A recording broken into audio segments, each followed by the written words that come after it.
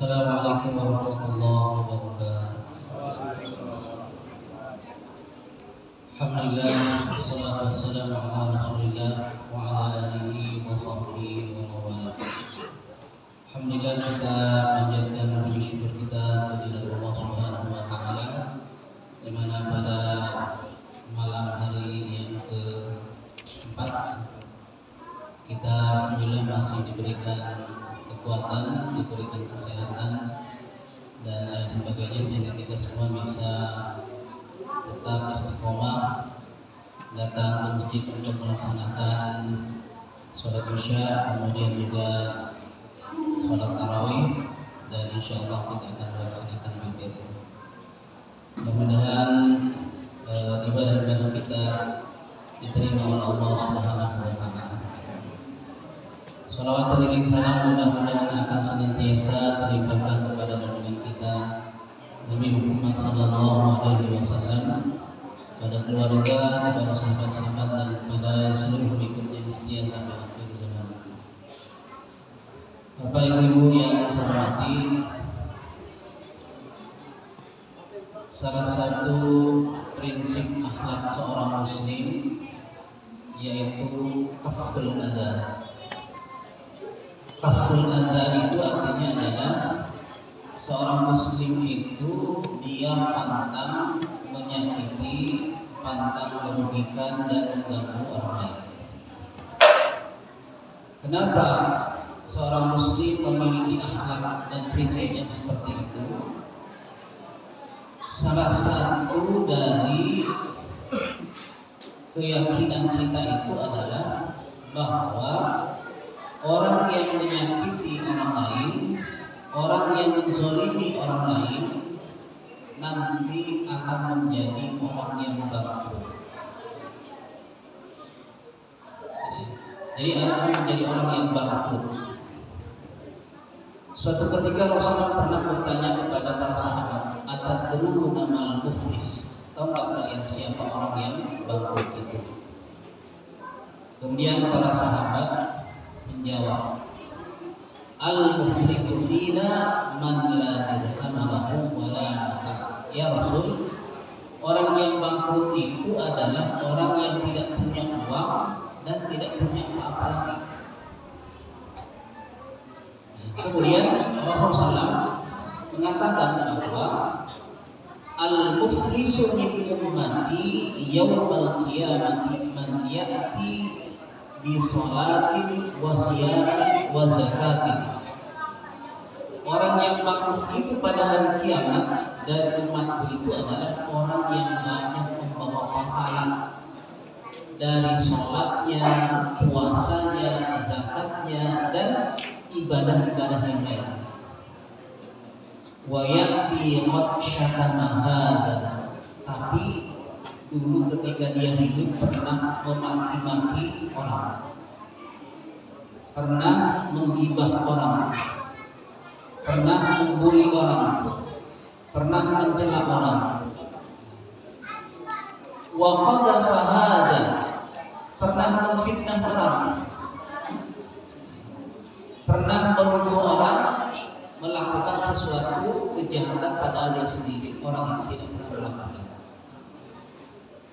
Wa akhadha mala hadza, pernah juga dia mengambil harta orang, pernah pinjam uang kemudian mengganti balikin, atau pernah ngambil barang orang tanpa sepengetahuan yang punya dan tidak dibalikin.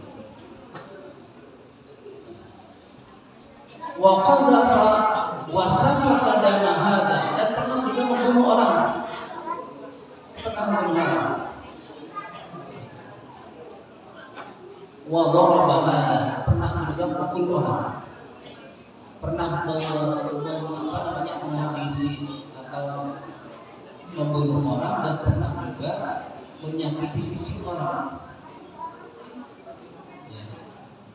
Fayuqba hadza min hasanatihi wa hadza min hasanatihi. Kemudian pahala-pahala dari sholatnya, puasanya, zakatnya, hajinya, itu semua nanti akan dibagi-bagikan. akan dibagi-bagikan kepada orang yang pernah dia sakiti, kepada orang yang pernah dia ambil barangnya, kepada orang yang pernah dia hutangi tapi tidak dibayar, orang yang pernah dia pukul, orang yang pernah dia maki-maki, orang yang pernah dia celak, itu nanti pahalanya akan dibagi-bagikan kepada orang tersebut. Fa'in faniyat hasanatuhu, dan apabila nanti pahala-pahala dari ibadahnya itu habis, walam yudhama alaihi, sementara dosa kezalimannya itu masih ada, karena dia umpamanya dia pernah tinggal di dalam fitnahnya, tetangga-tangganya pernah jadi korban, dia pernah kerja juga di satu kantor pernah direpotkan sama dia pernah kontrak di perumahan lain, di situ juga banyak korban.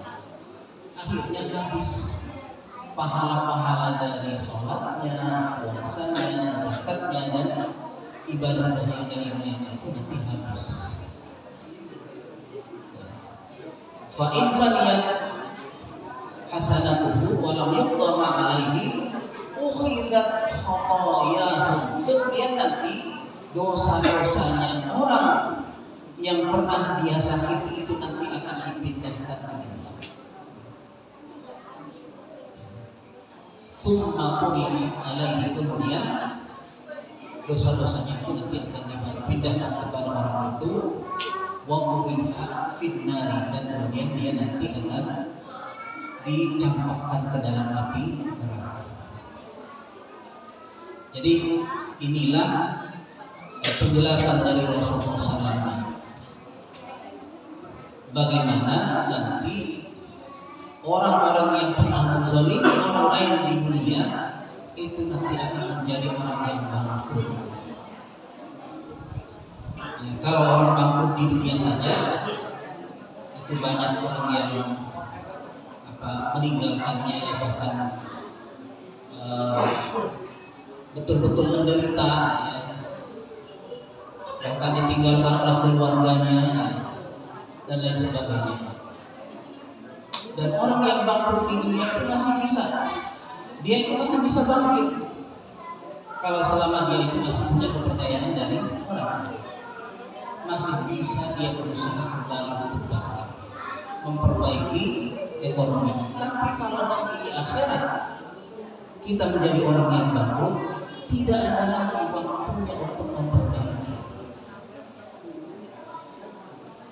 Itulah yang ditakutkan oleh kita. Mengapa orang Islam itu hati-hati di dalam bersikap, hati-hati di dalam berbicara, hati-hati di dalam bertindak. Pandang orang Islam itu menyakiti orang lain. Jangankan menyakiti orang Islam itu tidak merusak lingkungan, tidak menyakiti binatang, hewan, dan sebagainya. Itulah akhlak orang yang beriman. Jadi keyakinan ini, prinsip ini yang menjadi penyebabnya kenapa kita itu harus berhati-hati. Jangan sampai nanti di akhirat kita membawa banyak pahala dari sholat kita, sholat sunnah kita, puasa kita, haji kita, dan sebagainya, itu semuanya nanti habis, disebabkan kita nanti akhirnya membagikan pahala-pahala tersebut kepada orang yang pernah kita zalimi ketika kita masih hidup di dunia. Nah, karena itulah ya, ketika kita hidup jangan segan-segan untuk minta maaf kepada orang, ya. Apakah kita itu disengaja atau tidak. Kemudian juga kalau ada hutang, ya, harus dicatat, ya, jangan sampai nanti ke akhirat, karena orang yang punya hutang tidak akan masuk surga sampai hutangnya dilunasi dan lain sebagainya. Itu saja yang bisa saya sampaikan, mudah-mudahan bermanfaat. Wallahu a'lam bishawab. Wabillahi taufiq. Wassalamualaikum warahmatullahi wabarakatuh.